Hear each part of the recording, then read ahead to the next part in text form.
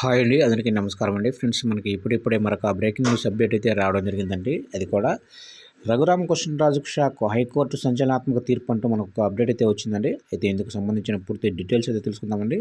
Video ఎక్కడ skip చేయకుండా చూడండి ఫ్రెండ్స్, అప్పుడే మనకి పూర్తి ఇన్ఫర్మేషన్ అయితే అర్థమవుతుంది. ఇక లేట్ చేయకుండా టాపిక్లోకి వెళ్ళిపోదాము. రాష్ట్ర ప్రజల సంక్షేమం కోసం సీఎం వైఎస్ జగన్మోహన్ రెడ్డి ప్రభుత్వం అమలు చేస్తున్న పలు ప్రజా సంక్షేమ పథకాలకు దురుద్దేశాలను ఆపాదించడంతో పాటు ఆ పథకాల వల్ల పలువురికి లబ్ధి చేకూరేలా ప్రభుత్వ నిర్ణయాలు, విధానాలున్నాయని, వాటిపై సిబిఐ దర్యాప్తునకు ఆదేశించాలని కోరుతూ నర్సాపురం ఎంపీ రఘురామకృష్ణరాజు దాఖలు చేసిన ప్రజా ప్రయోజన వ్యాజ్యం పిల్పై హైకోర్టు తదుపరి విచారణను జనవరి 2కు వాయిదా వేసింది. ఈ వ్యాజ్యంలో ప్రతివాదులుగా ఉన్న వారిలో నోటీసులు అందని వారికి ఈమెయిల్ ద్వారా నోటీసులు అందజేసేందుకు పిటిషనర్కు హైకోర్టు అనుమతినిచ్చింది.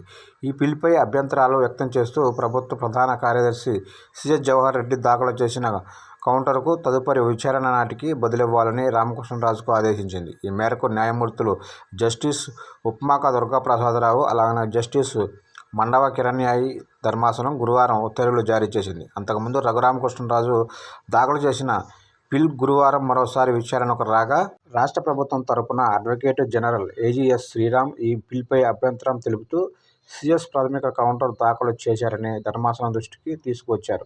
అనంతరం ధర్మాసనం ఈ వ్యాజ్యంలో ప్రతివాదులుగా ఉన్న 41 మందిలో ఎంతమందికి నోటీసులు అందాయి, ఎంతమందికి నోటీసులు అందలేదన్న విషయం గురించి ఆరా తీసి, నోటీసులు అందని వారికి వ్యక్తిగతంగా నోటీసులు అందజేసేందుకు పిటిషనర్కు అనుమతినిచ్చింది. తదుపరి విచారణను జనవరి 2కు వాయిదా వేస్తూ ఉత్తర్వులు జారీ చేసింది. చూశారు కండి. అప్డేట్ కనుక నచ్చినట్లయితే లైక్ చేసి ప్రతి ఒక్కరైతే సబ్స్క్రైబ్ అయితే చేసుకోండి. గవర్నమెంట్ నుంచి ఎటువంటి చిన్న అప్డేట్ వచ్చినా వెంటనే మీకు తెలియజేస్తాం ఫ్రెండ్స్.